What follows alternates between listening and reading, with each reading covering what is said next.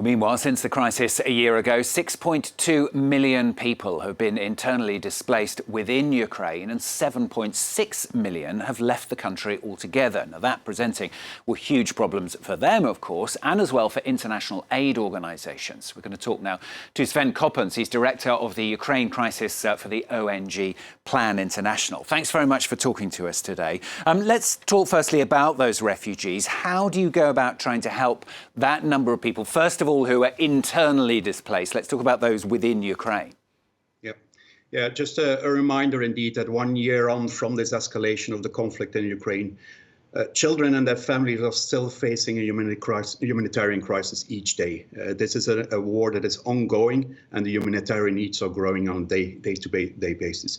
So one of the things inside Ukraine, for instance, is that critical infrastructure has been destroyed across Ukraine, including schools and hospitals. I was recently in Kharkiv, for instance, in that oblast. About 80% of the schools over there are destroyed or very heavily damaged. So it affects about 230,000 children.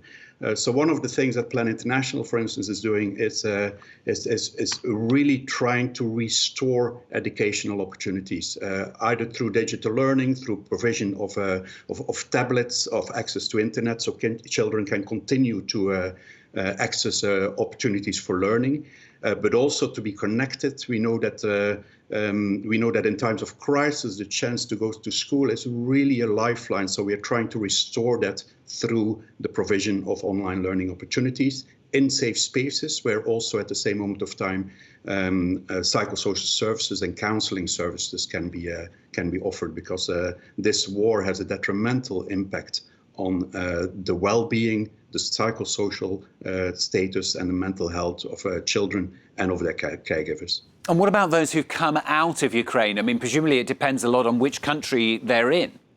Yeah, absolutely. Yeah. So the country-specific context is very important. I gave you an example of Plan International France, for instance, is implementing a program in Moldova, one of the host countries, and it's called the Ludobus program. And the Ludobus program translates roughly into it's a play bus. So it's a traveling toy library that is filled with educational games, with books, with puzzles. And the bus and its team of animators and psychologists basically visits host villages and refugee accommodation centers throughout Moldova. And they organize play activities, learning activities, and also psychosocial support and counseling sessions with these children. Very important. I visited one of these activities a couple of weeks ago in Moldova. Very important is also the immediate social cohesion aspect. So integrating refugee children with play activities where also non-refugee children from the same host communities actually enter. So that social cohesion building, integration is another important aspect of accommodating refugee children outside of the country, but immediately also think about integrating them into the local structures. And I know that you particularly as well try and help especially young girls. Yeah. Why is Definitely. that? Yeah, as a girls' rights organization, we put girls at the heart of the work that we do. And in times of instability away from home, we know, and from support networks in particular, we know that girls and young women are at a particular high risk of exploitation, gender-based violence, etc. And there have been also widespread reports already of conflict-related sexual violence against mostly women and girls.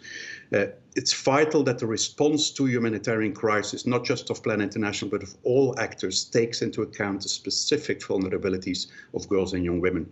For instance, Plan International, we're implementing programs and activities for girls, such as the distribution of menstrual hygiene kits, programming against gender-based violence, and also programming that links them back up with sexual and reproductive health rights services, and including, again, counseling services for girls in particular that have been affected by an increase, for instance, of domestic violence at home due to stress, due to the impact of the crisis, of course, on their caregivers, on their parents. Sven Coppens, thanks very much for joining us on the programme. Vital work that you're carrying out, of course, from the ONG Plan International. Thank you very much. You're welcome. Thank you.